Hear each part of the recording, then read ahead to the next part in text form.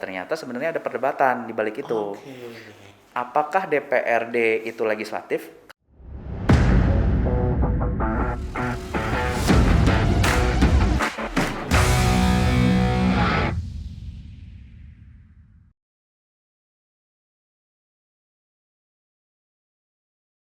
Balik lagi di konten politisi bersama saya Coki Pardede, ada Kania Cita dan juga ada Mas Antoni Wiza ya. Winza, saya salah ternyata.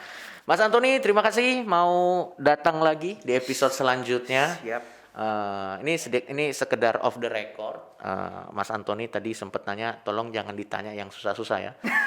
Sudah jelas ini karena Katanya masuk kamera ya. Gak apa-apa. Ini sudah jelas karena ada Kania di sini. Biasanya Kania yang nanyanya susah-susah. Dan kebetulan di episode ini yang nanya Kania. Waduh, serem nih. Tapi enggak karena kita nanyanya sih biasanya akan yang umum-umum aja sih, yang kayak karena kayaknya sih yang kita lihat ya banyak orang tuh tidak betul kan, apa ya istilahnya di episode waktu itu lo bilang antipati dengan politik karena banyak yang nggak ngerti aja dari mulai basic-basicnya gitu. Dan ini kita ada pertanyaan yang sangat menarik, silakan kan ya. Nah iya Ton, jadi kan Antoni ini di DPRD DKI Jakarta kan. Ya. Jadi sebagai bagian dari DPRD tentunya bisa cerita dong nih.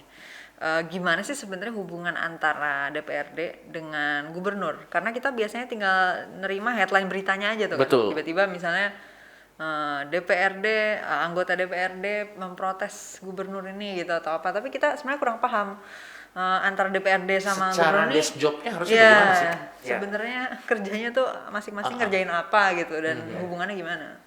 Menarik sih ini. Ini kalau mau tahu hubungannya kayak gimana, berarti kita harus tahu juga dasar-dasar aturan ini. Oke.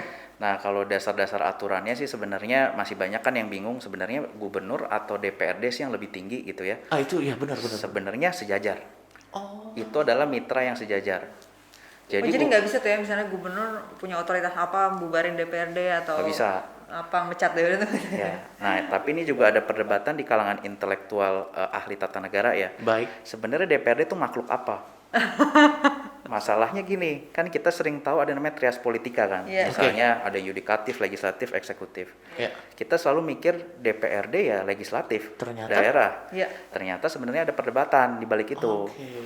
Apakah DPRD itu legislatif? Kalau DPRD itu legislatif, berarti dia harus sebenarnya gini, Undang-Undang Dasar kan bilang legislatif itu kewenangan legislasi adanya di DPR RI. Ya. Berarti harusnya DPRD ini dapat kewenangan turunan dari DPR RI. Berarti kita bertanggung jawabnya terhadap DPR RI. Tapi kan enggak gitu. Masalahnya enggak. Masalahnya di undang-undang Pemda kita ini ternyata DPRD adalah bagian dari pemerintahan daerah.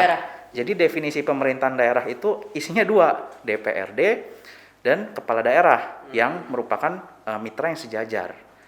Nah, ini konteks ketatanegaranya ternyata kita sama gitu. Ini beda dengan zaman dulu di mana gubernur itu sebenarnya bertanggung jawab terhadap DPRD ketika waktu itu pemilihan gubernur itu lewat DPRD. DPRD yang milih gubernur.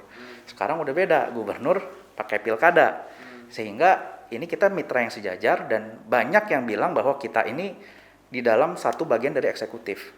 Oleh karena itu perda-perda yang kita buat juga nggak lepas dari evaluasi dari eksekutif pusat, Mendagri dan sebagainya. Gitu. Pas kita bikin perda tentang APBD, misalnya itu kan ada evaluasi atau filter dari pemerintah pusat. Dalam hal ini menteri gitu loh. Jadi ya ini masih diperjelas. Nah hubungannya berarti tadi apa? Hubungannya adalah mitra yang sejajar. Tapi kewenangannya beda. Ini istilahnya kayak suami istri. Nah contoh. Ya. Apa sih tugasnya DPRD? Sering berantem ya suami istri. Pastinya lah, karena itu dinamika kan. Betul. Dinamika dalam rumah tangga. Jangan keren.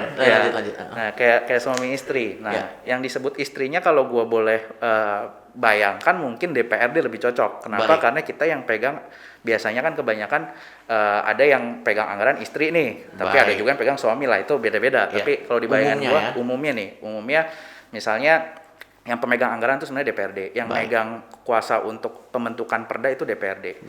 Dan yang ketiga yang ngawasin, yang ngomel-ngomel itu DPRD. Pengawasan dalam hal apa sih? Pengawasan dalam pelaksanaan dari perda yang udah diketok. Perdanya udah bilang gubernur tolong melakukan ABCD. Nah kita yang ngawasin, lu bener lakukan itu nggak? Oke. Kalau nggak ya berisik lah, Ya. pasti ribut kan, terjadi keributan rumah Ya, tangga ya. gitu loh. Ya, oke. Kalau gubernur ya tugasnya dia melaksanakan selain perda dan pergub, dia harus melaksanakan juga peraturan yang ditetapkan oleh pusat. Misalnya ada undang-undang tentang apa yang memerintahkan gubernur untuk melakukan ABC. Nah itu dia harus lakukan juga. Gitu. Cuman kalau ditanya misalnya apa sih yang sebenarnya menyebabkan Tanda kutip clash ya. tanda kutip clash, ya tentunya pasti ada konstelasi politik lah. Ya. Di dalam DPRD kan isinya fraksi-fraksi. Ya. Ada fraksi yang pengusung gubernur, ada fraksi yang mungkin netral, Ya. ada fraksi yang menempatkan diri sebagai oposisi misalnya. Betul. Apakah hal ini salah? Ini hal yang wajar. Ini sebagai untuk bisa dibilang untuk balancing of power kan. Ya. Karena kalau misalnya semuanya pro gubernur, ya ada bagusnya percepatan pembangunan. Ya. Tetapi lemahnya nanti kalau powernya terlalu besar, tends to corrupt absolutely kan, Iya, kata Lord of course. Acton gitu. Jadi ada baiknya memang balance gitu. Jadi ini nggak lepas dari konstelasi politik juga tentunya Betul. di DPRD. Betul, Kira-kira betul. itu sih. Wah menarik nih. Tapi kenapa ya Ton ya? Seolah-olah yang lebih seksi nih gubernur kan, maksud gua ngerti kan, kayak terutama di masyarakat awam tentunya ya.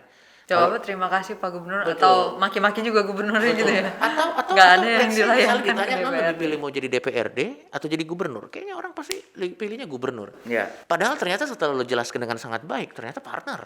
ya. Jadi mungkin gini, sebenarnya kalau institusi gubernur itu kan dia satu sebagai kepala daerahnya dan dia punya kepala dinas di bawahnya dan birokrat di bawahnya ya. Ya. Tapi kan pusat kewenangannya puncaknya memang ada di satu orang ini, Pak Oke. Gubernur. Kalau di DPRD dibagi 106 kewenangannya, kita institusinya memang sama kayak gubernur. Betul. Tapi Institusinya ya. Institusinya, tapi 106. Isinya 106 gitu orang. loh. Baik. Di mana gubernur bisa sekali putusin dengan kebutuhan politiknya, requirement politiknya dia cuma butuh sendirian.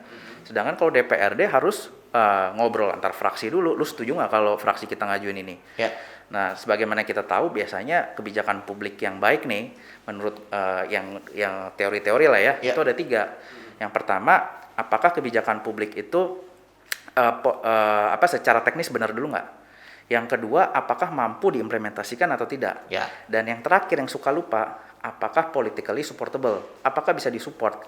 Nah, ini yang paling sulit sebenarnya karena Terlepas dari poin 1, poin 2 sudah cek ya. ya Ya. Kalau kalau ketiga nggak bisa disupport, susah. Wah. Nggak ada Wacana. yang execute. Nggak ada yang bisa jadikan itu suatu peraturan Iya.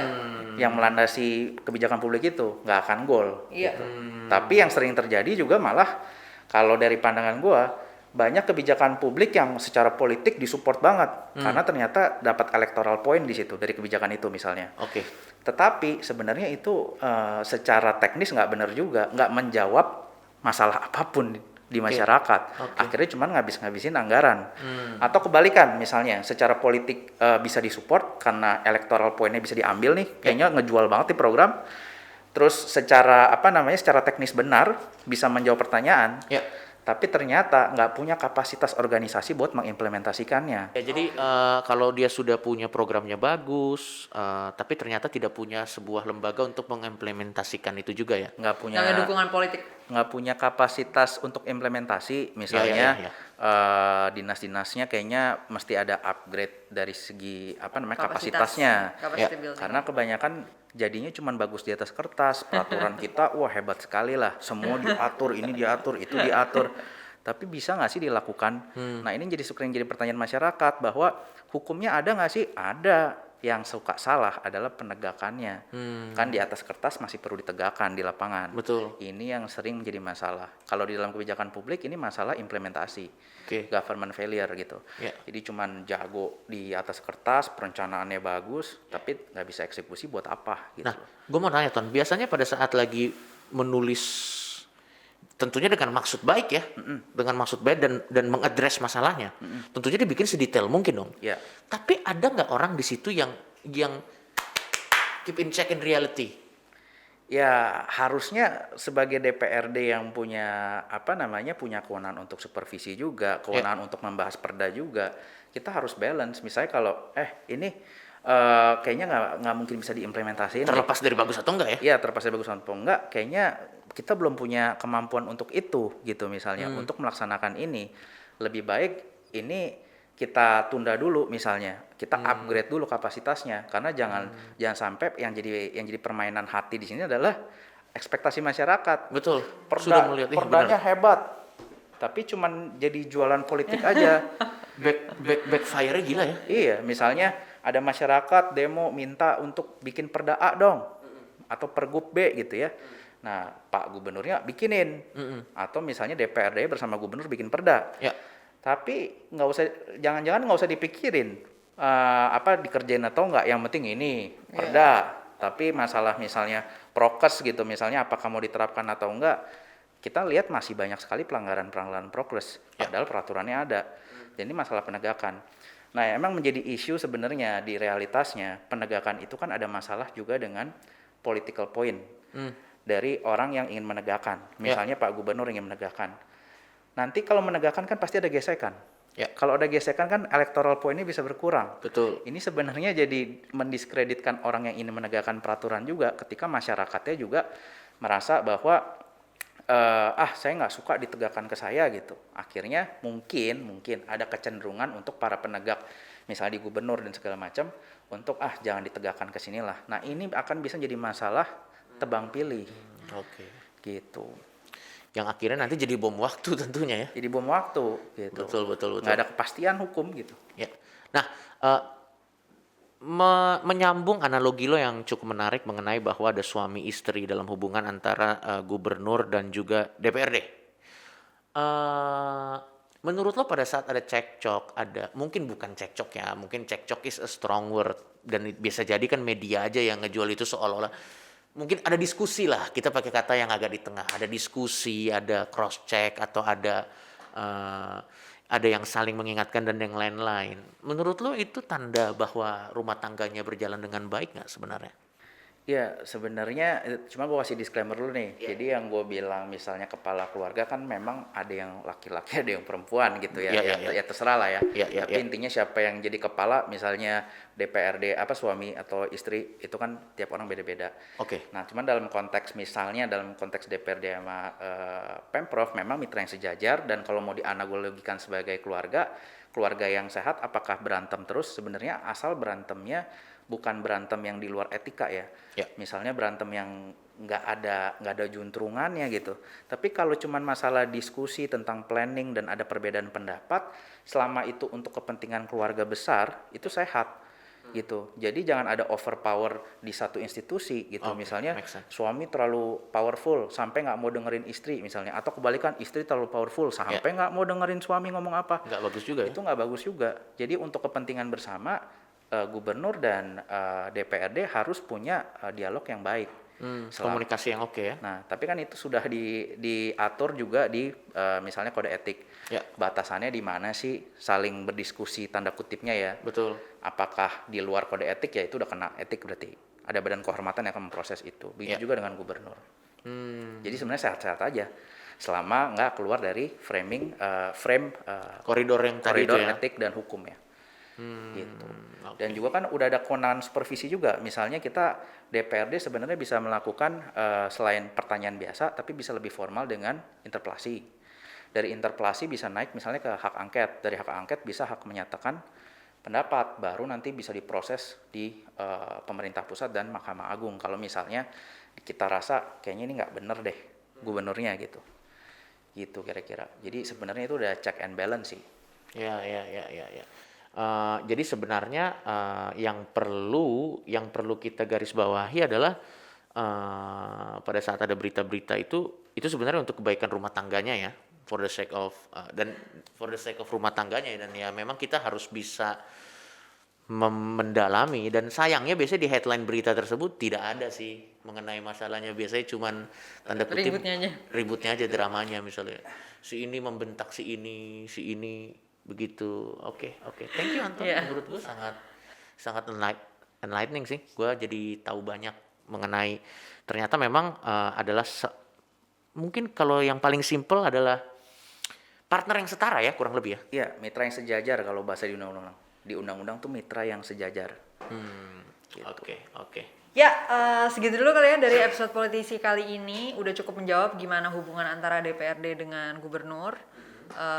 Hopefully bisa terus disupport ya justru hal-hal yang terjadi di antara keduanya. Kalau ada dinamika, ada diskusi, bahkan mungkin sampai panas pun, itu sebenarnya bagian dari upaya untuk menjalankan fungsi dan tugasnya dengan baik gitu ya, Antoni.